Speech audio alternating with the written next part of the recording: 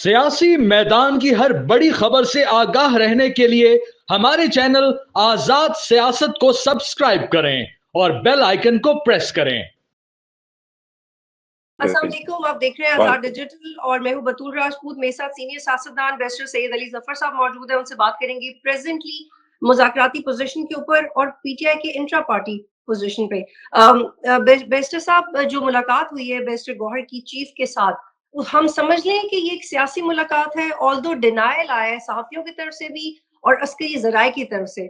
आप समझते हैं कि ये सियासी मुलाकात थी और जो आप लोग ने शेयर किया मीडिया के साथ वो स्लिप ऑफ टंग नहीं था? ये देखिए, मुलाकात तो कुल हुई है, इसमें कोई शक नहीं है। और जब मुलाकात होती है तो मुलाकात में आप कंपार्टमेंटलाइज्ड किस्म की गुफ्तगू नहीं करते। ये नहीं होता कि आप एक एजेंडे पे बात करें और दूसरे पे नहीं होती, एक गुफ्तगू होती है। मुलाकात जब होगी तो गुफ्तगू भी होगी। लेकिन उसमें गुफ्तगू में क्या बातें हुई, किस पॉइंट पे बातें हुई, वो मैं आपके सामने नहीं डिस्क्लोज करूंगा। उसकी वजह ये है कि मेरी नज़र में पीएमएलएन जो है वो बहुत परेशान हो गई है ये खबर सुन के, और उनको परेशानी ये है कि पता नहीं क्या बात हुई। तो ये परेशानी उनकी मैं देखना चाहूंगा कि मजीद वो प्रोलॉन्ग हो, वो चलती रहे। इसलिए आपके प्रोग्राम पे मैं इसके बाद मजीद इस पॉइंट पे कोई आपके साथ लेकिन बता नहीं बैरिस्टर साहब, आप सकूंगा। ये आपको तस्दीक सिर्फ ये कर रहे हैं कहूंगा कि सियासी मामलात पे बात हुई है, ये तो तस्दीक कर रहे हैं आप। कि देखिए, पता नहीं क्या बात हुई क्या नहीं हुई। ये तो बैरिस्टर गौहर चूंकि उधर थे वो ही जानते हैं। लेकिन जिस तरह मैंने कहा कि वो इस पे बहुत सारी मुझे भी जो दूसरी हमारे कॉलीग्स हैं दूसरी पार्टीज के, उन्होंने पूछा है जाती तौर पे कि आप बताएं कि क्या है। तो उनकी परेशानी देख के मैं यही सर हिला देता हूँ, स्माइल कर लेता हूँ और यही कहता हूँ कि ये आपको बाद में जाके पता चलेगा। लेकिन लेकिन जो भी असल हुआ अगर सीरियस मस्बत बात हुआ आप है पूछें। बैरिस्टर साहब, मस्बत इंटरेक्शन थी, पॉजिटिव थी।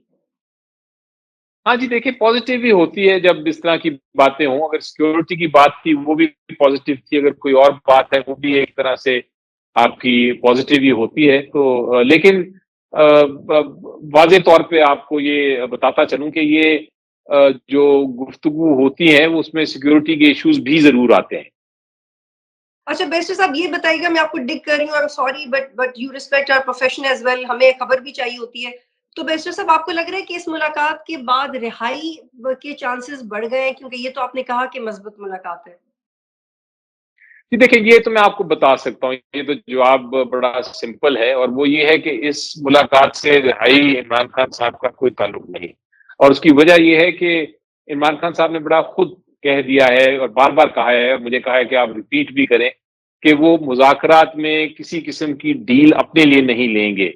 वो कहते हैं कि ये जो केसेस इतने बोगस हैं, इतने फेक केसेस हैं, इतने बेबुनियाद केसेस हैं, इतने झूठे केसेस हैं कि वो उनको हाई कोर्ट से जीतेंगे और इंसाफ लेंगे और वहां से बरी होंगे। जिस तरह उन्होंने साइफर केस में आपको याद होगा कि साइफर केस किया, अपील नीचे से बेशक सजा हुई लेकिन ऊपर अपील जबकि हाई कोर्ट से इंसाफ मिल गया, बरी हो गए। इसी तरह जो तोशाखाना वन केस है, पहले दिन ही में पेयर हुआ, पहले दिन ही अदालत ने ये फैसला कर दिया कि ये कन्विक्शन और सेंटेंस जो है उसको खत्म कर देना है। तो इसी तरह ये अलकादिर केस है और बाकी जो केसेस आते रहेंगे या आए हैं उनमें भी तो इसी जब तरह हाई होगा। कोर्ट में बिल्कुल जा केसेस रहे हैं बोगस हैं। बैरिस्टर साहब, आप लोग हाई कोर्ट में जा रहे हैं इस केस को लेके, तो आपकी एक्सपेक्टेशन क्या है, क्योंकि नए जजेस आ रहे हैं, अब आपको लगता है आप सजा मुअत्तल करवाने में कामयाब हो जाएंगे? ये देखिए, नए जजेस की आपने बात की तो दो नए जजेस जुडिशल कमीशन ने अभी इस्लामाबाद में रखे हैं। लेकिन देखने में ये आता है और यही ट्रेडिशन है और यही इंसाफ के तकाजे हैं कि चूंकि वो अनकन्फर्म्ड जजेस हैं तो उनको इस तरह के हाई प्रोफाइल केस या सियासी केसेस में किसी तरह उनको नहीं बिठाया जाएगा और ये वही केस सुनेंगे जिस तरह पहले इस्लामाबाद हाई कोर्ट के जजेस जो कंफर्म्ड हैं वो सुनते रहे हैं। इसलिए मुझे नहीं लगता कि ये नए जज साहिबान को इतने केसेस पे, इतने हाई प्रोफाइल केसेस पे बिठाएंगे। आम रूटीन में आम जो केसेस होते हैं वही सुनते हैं।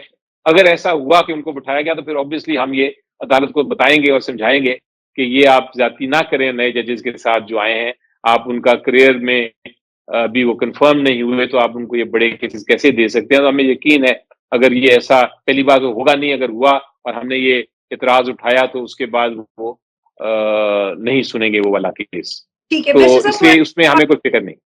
जी। यानी कि आपको लगता है कि आप हर लेवल पे इसको फाइट करेंगे।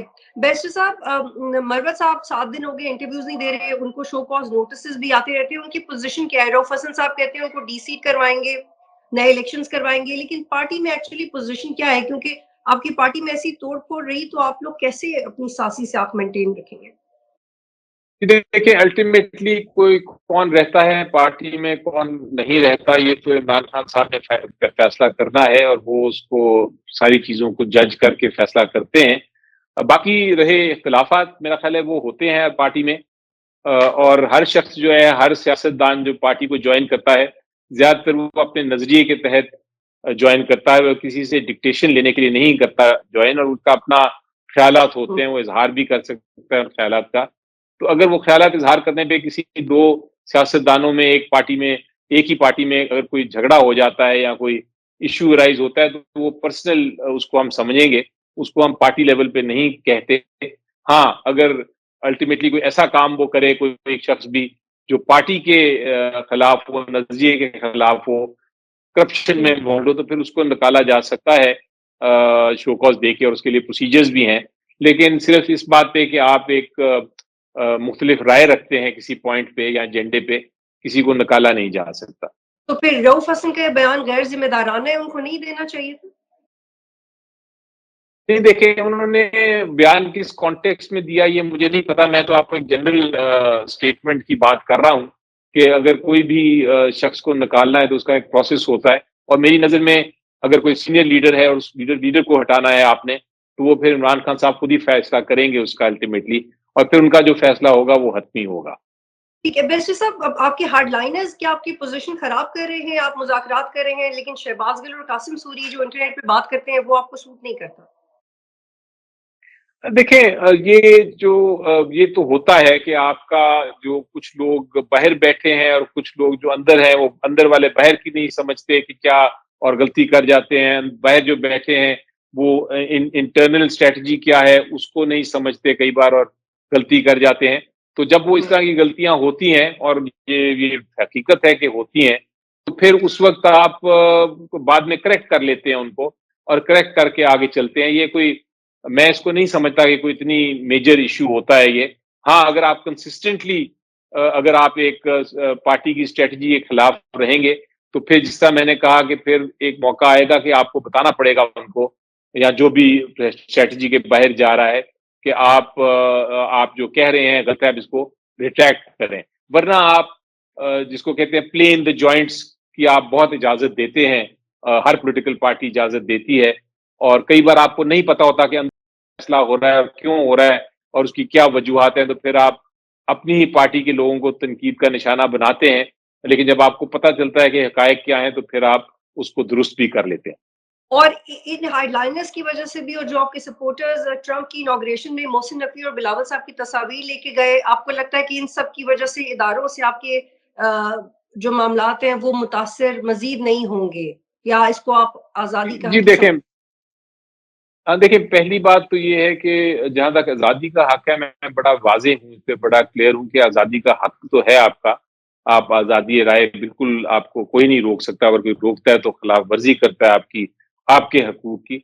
लेकिन उसके साथ-साथ आपकी ज़िम्मेदारी भी है, और मैं हमेशा कहता हूँ चाहे जिस पार्टी का भी हो, अगर वो एक लाइन क्रॉस करते हैं, वो किसी को धमकियाँ देते हैं, किसी को थ्रेट्स देते हैं, किसी पे फिज़िकल वो करते हैं, कोई मार कुटाई तो या तोड़-फोड़, तो फिर वो बात बिल्कुल गलत है। वो फिर आपकी ज़िम्मेदारी आप नहीं निभा रहे, और आपके खिलाफ एक्शन होना चाहिए। मैं उस किस्म के एक्शन की मैं मज़म्मत करता हूँ।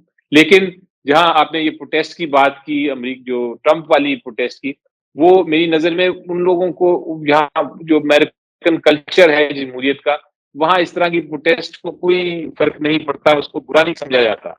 वो बल्कि हक समझा जाता है, और आपके सपोर्टर्स भी आके आपको सपोर्ट करते हैं, और आपके प्रोटेस्टर्स भी आते हैं उस जगह, तो उसको वो आम एक रूटीन का मामला लेते हैं। हमारी तरह नहीं जितना हम सीरियस ले लेते हैं इस किस्म के प्रोटेस्ट को, और हम ठीक फिर है। उसको कहते हैं कि नेशनल इश्यू बन जाएगा। और एक और आखिरी बात इस पॉइंट में मैं आपको कहता चलूं कि कई बार मैंने देखा है कि अगर कोई शख्स या कोई इंडिविजुअल एक्शन लेता है किसी पॉलिटिशियन के खिलाफ और वो लाइन क्रॉस करता है तो हमेशा ये कहा जाता है कि ये पीटीआई का है या पीटीआई के लोगों ने ये किया है। ऐसी बात नहीं है। पीटीआई कोई एक सियासी जमात है, हमें पता है क्या चीज होनी चाहिए क्या चीज नहीं होनी चाहिए। वो एक इंडिविजुअल एक्शन होता है। हो सकता है वो शख्स पीटीआई को सपोर्ट जरूर करता हो, लेकिन वो पीटीआई का कोई ऐसा मौकफ नहीं है कि हमने हर जगह लोगों को कहा है कि आप इस टाइप का एहतजाज करें जो कि लिमिट्स के बाहर हो। बिल्कुल ऐसी बात नहीं है। और बैरिस्टर साहब, आप लोग एक्सपेक्ट कर रहे हैं ट्रंप की तरफ से कॉल? क्योंकि मुशाहिद हुसैन सैयद तो बहुत अलग तरह बात करते हैं कि ट्रंप साहब अपनी दोस्ती निभाएंगे और लॉबी बहुत स्ट्रांग है, लेकिन आर यू एक्सपेक्टिंग सपोर्ट? क्योंकि लॉबी तो है इमरान खान की अमेरिका में स्ट्रांग। देखिए, हम एक जो एक्सपेक्ट कर रहे हैं वो बड़ा सिंपल चीज है कि हर मुल्क से एक्सपेक्ट कर रहे हैं, सिर्फ अमेरिका से नहीं, हर मुल्क से ये एक्सपेक्ट करेंगे कि वो न्यूट्रल रहेंगे सारे मामलात में और सियासी इश्यूज पे वो किसी मुल्क में एक दूसरे के साथ मुदाखलत नहीं करेंगे, चाहे वो पाकिस्तान हो या कोई और हो। जो सियासी मामलात है हमने खुद ही निभाने हैं, जो जुडिशल मामलात है हमने खुद ही उनको सॉल्व करना है, उनका हल ढूंढना है। लेकिन उसके साथ साथ पाकिस्तान की ट्रीटीज हैं, कॉवेनेंट्स हैं, एग्रीमेंट्स हैं इंटरनेशनल दुनिया के साथ ह्यूमन राइट्स पे, यानी कि इंसानी हकूक के बारे में और बुनियादी हकूक के बारे में। और वो जो एग्रीमेंट्स हैं वो ये कहती हैं कि जहां भी इंसानी हकूक की खिलाफ वर्जी हो तो फिर सारे ममालिक ने उस पर आवाज उठानी है और इकट्ठे खड़ा होना है।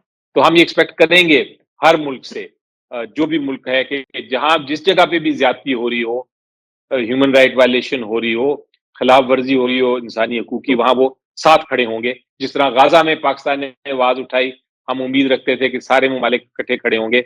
इसी तरह अगर कोई ह्यूमन राइट वायलेशन पाकिस्तान में हुई और कोई भी यहाँ इसकी आवाज उठाता है तो हम उम्मीद रखेंगे कि सारा बैन अवी दुनिया जो है वो उस पॉइंट पे हमारे साथ होगी कि ये ह्यूमन राइट वायलेशन नहीं होनी चाहिए। इसमें मैं आपको मिसाल देता हूँ। जी, मैं चाह रही हूँ गंडापुर साहब के बारे में आपसे सवाल करूं। गंडापुर साहब जो मौलाना के बारे में जिन अल्फाज में जिक्र करते हैं कि उनके तो वालिद भी उन पे एतबार नहीं करते थे, वो मुखबरी करते थे, ऐसे आप लोग मौलाना की ओपिनियन इमरान खान के बारे में बदली, इमरान खान की मौलाना के बारे में आप लोग सियासत में कदम आगे बढ़ गए एक दूसरे के लिए, लेकिन गंडापुर साहब ने जो कहा आप लोग उनके कॉलीग की हैसियत से डिफेंड कैसे कर सकते हैं जो उन्होंने कहा?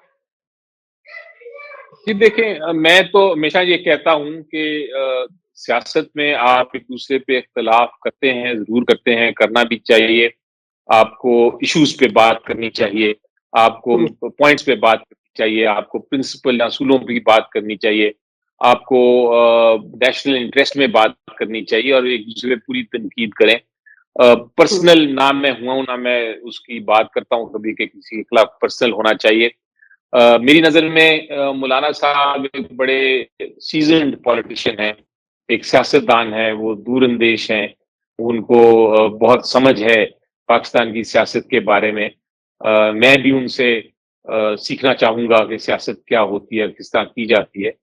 लेकिन उसके साथ साथ आपको ये भी पता है कि केपीके में जो सूबा है उसमें राइवलरी भी है, सियासी राइवलरी भी है। और उसमें अगर कोई बातचीत प्रिंसिपल्स की होती है तो वो अपनी जगह वो चलती रहेगी, लेकिन उसके बावजूद जो प्रिंसिपल्स हैं, जो असूल हैं और पॉइंट्स हैं जिसपे हमारा कॉमन ग्राउंड है, मतलब जमहूरियत होनी चाहिए, ये हमारी दोनों सियासी जमातों की ये कॉमन ग्राउंड है। इस तरह की कॉमन ग्राउंड्स पे अगर हम अपोजिशन इकट्ठे कर सकते हैं तो हमें करनी चाहिए और बिल्कुल होनी चाहिए। जिस तरह 26वीं तरमीम का मामला आया था तो पहले शुरू में एक एक्सट्रीम पे अमेंडमेंट्स होने लगी थी, वो बिल्कुल एक एक्सट्रीम पे ले जाना था, जुडिशरी को खत्म कर देना था। लेकिन हमने फिर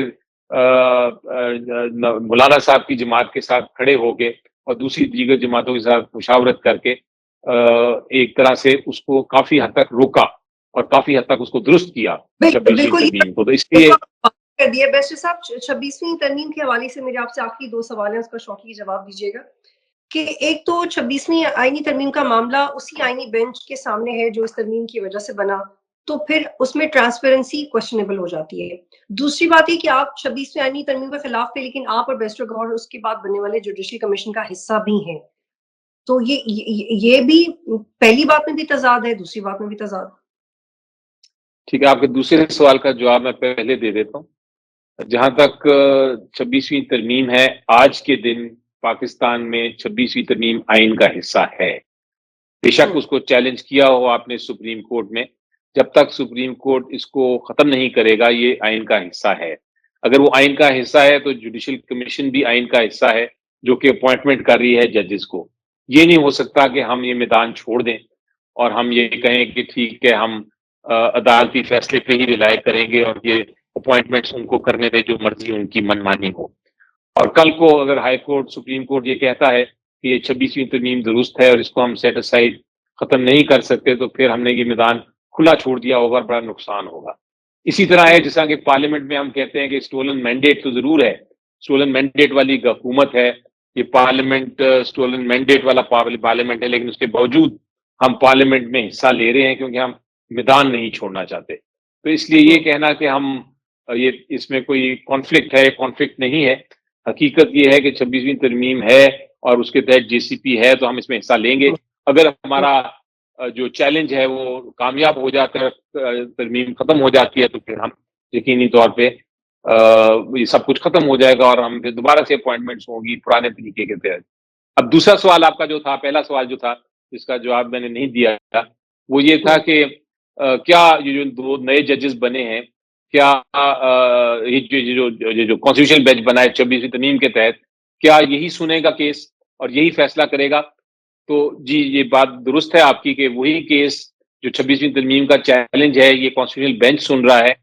और जरा मुश्किल होगा कि उस बेंच को हम ये समझा सकें कि जिस जिस जिस आईनी तरमीम के तहत आप बने हैं वही गलत है, क्योंकि उसका रिजल्ट ये होगा, फिर ये आईनी तरमीम खुद ही कहेगा, जो जो कॉन्स्टिट्यूशनल बेंच है वो खुद ही कहेगा कि आईनी तरमीम गलत है, इसलिए हम इसको खत्म करते हैं। तो ये काफी मुश्किल बहस है कि आप उसी आईनी बेंच के सामने जाके कह रहे हैं कि आपकी तश्कील गलत है, जिस कानून के तहत आप बैठ के हमें सुन रहे हैं वही गलत है। लेकिन बहरहाल ये एक कानूनी पोजीशन है कि बहस आपको उनके सामने करनी पड़ेगी। बहुत शुक्रिया बैरिस्टर साहब, आप प्रोग्राम में ज्वाइन कर रहे थे।